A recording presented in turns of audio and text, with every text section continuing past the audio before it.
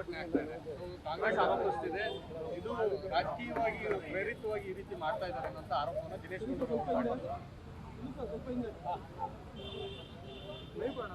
ಸುಮಾರು ಒಂದು 5,000ಕ್ಕೂ ಹೆಚ್ಚು ಜನ ಇವತ್ತು ನಗರದ ಪೇಟೆಯಲ್ಲಿ ಇವತ್ತು ಸೇರಿ ನಿನ್ನೆ ಒಬ್ಬ ಅಮಾಯಕ ಹಿಂದೂ ಯುವಕನ ಅಂಗಡಿ ಮೇಲೆ ಅವನ ಮೇಲೆ ಆದಂಥ ಅವನ ಹಲ್ಲೆ ಏನಿತ್ತು ಅದನ್ನು ಇವತ್ತು ಖಂಡಿಸಲಾಗಿದೆ. ನ್ಯಾಯದ ಬೇಡಿಕೆ ಇಟ್ಟು ಪೊಲೀಸರಿಗೆ ಆದಷ್ಟು ಬೇಗ ನ್ಯಾಯ ಒದಗಿಸ್ಬೇಕು ಅನ್ನುವಂಥ ಧ್ವನಿಯನ್ನು ಕೂಡ ಇವತ್ತಿತ್ತಾಗಿದೆ. ಪೊಲೀಸರು ನಿನ್ನೆ ಸರ್ಕಾರದ ಒತ್ತಡಕ್ಕೆ ಒಳಗಾಗಿ ಸರಿಯಾದಂಥ FIR ಕೂಡ ರಿಜಿಸ್ಟರ್ ಮಾಡಿರಲಿಲ್ಲ.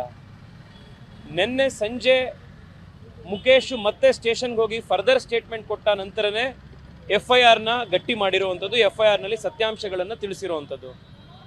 ನಿನ್ನೆ ನಾವು ಪೊಲೀಸರಿಗೆ ಗಡುವು ಕೊಟ್ಟಿತ್ತು, ಇವತ್ತೊಳಗೆ ಎಲ್ಲರೂ ಅರೆಸ್ಟ್ ಆಗಬೇಕು ಅಂತ.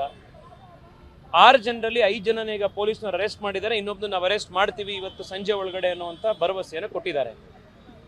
ಈ ವಿಶ್ವಾಸದ ಮೇಲೆ ಇವತ್ತು ಪ್ರತಿಭಟನೆಗೆ, ಇವತ್ತಿನ ಒಂದು ಸಾತ್ವಿಕ ಧ್ವನಿ ಎತ್ತುವಂಥ ಒಂದು ಕಾರ್ಯಕ್ರಮಕ್ಕೆ ಇವತ್ತು ವಿರಾಮ ಹಾಕಲಾಗಿದೆ.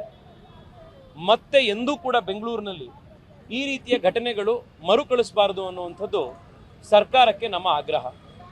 ಮುಖ್ಯಮಂತ್ರಿಗಳು ಮತ್ತು ಉಪಮುಖ್ಯಮಂತ್ರಿಗಳು ಬೆಂಗಳೂರು ಅಂತಾರಾಷ್ಟ್ರೀಯ ನಗರ, ಬ್ರ್ಯಾಂಡ್ ಬೆಂಗಳೂರು ಮಾಡಬೇಕು ಅಂತ ಮಾತನಾಡ್ತಾರೆ.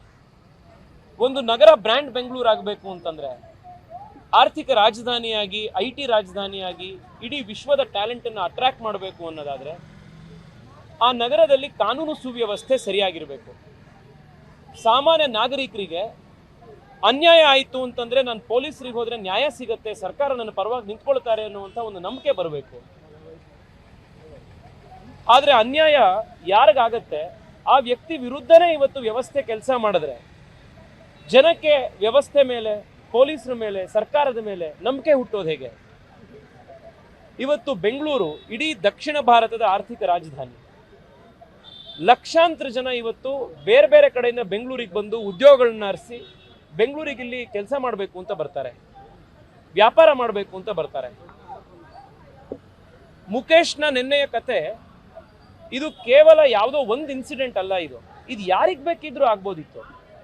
ಅನ್ಪ್ರವೋಕ್ಡ್ ಆಗಿರುವಂಥದ್ದು, ಯಾರೂ ಬಂದು ಪ್ರಚೋದನೆ ಮಾಡಿ ಆಗಿರುವಂಥ ಇದಲ್ಲ. ಇದು ಅವನ ಪಾಡಿಗೆ ಅವನು ವ್ಯವಹಾರ ಮಾಡ್ಕೊಳ್ತಾ ಅವನ ಅಂಗಡಿಲಿ ಕೂತಿದ್ದ. ಅವನ ಅಂಗಡಿಲಿ ಅವನ ಬ್ಲೂಟೂತಲ್ಲಿ ಸ್ಪೀಕರಲ್ಲಿ ಅವನು ಹನುಮಾನ್ ಚಾಲೀಸನೋ ಮತ್ತೊಂದು ಯಾವುದೋ ಹಾಡು ಹಾಕ್ಕೊಂಡಿದ್ದ ಭಜನೆಯನ್ನ. ಅವನ ಅಂಗಡಿಲಿ ಹಾಕೊಂಡಿರೋದನ್ನ ಬಂದು ಪ್ರತಿಭಟಿಸಿ ಅವನನ್ನು ಹೊರಗಡೆ ಕರೆದು 15 ನಿಮಿಷ ಭಯಂಕರವಾಗಿ ಹಲ್ಲೆ ಮಾಡುವಂಥದ್ದು, ಇದು ಯಾವುದನ್ನು ತೋರಿಸುತ್ತೆ? ಈ ರೀತಿ ಸಮಸ್ಯೆ ಆಗಿದೆ ಅಂತ ಕೋರ್ಟಿಗೆ ಹೋದಾಗ, ಪೊಲೀಸರ ಹತ್ರ ಹೋದಾಗ ನ್ಯಾಯ ಸಿಗಲಿಲ್ಲ, ಸರ್ಕಾರ ಜೊತೆಗೆ ನಿಲ್ಲಲಿಲ್ಲ ಅಂತಂದ್ರೆ ಜನಕ್ಕೆ ವ್ಯವಸ್ಥೆ ನಂಬಿಕೆ ಹೇಗೆ ಬರುತ್ತೆ?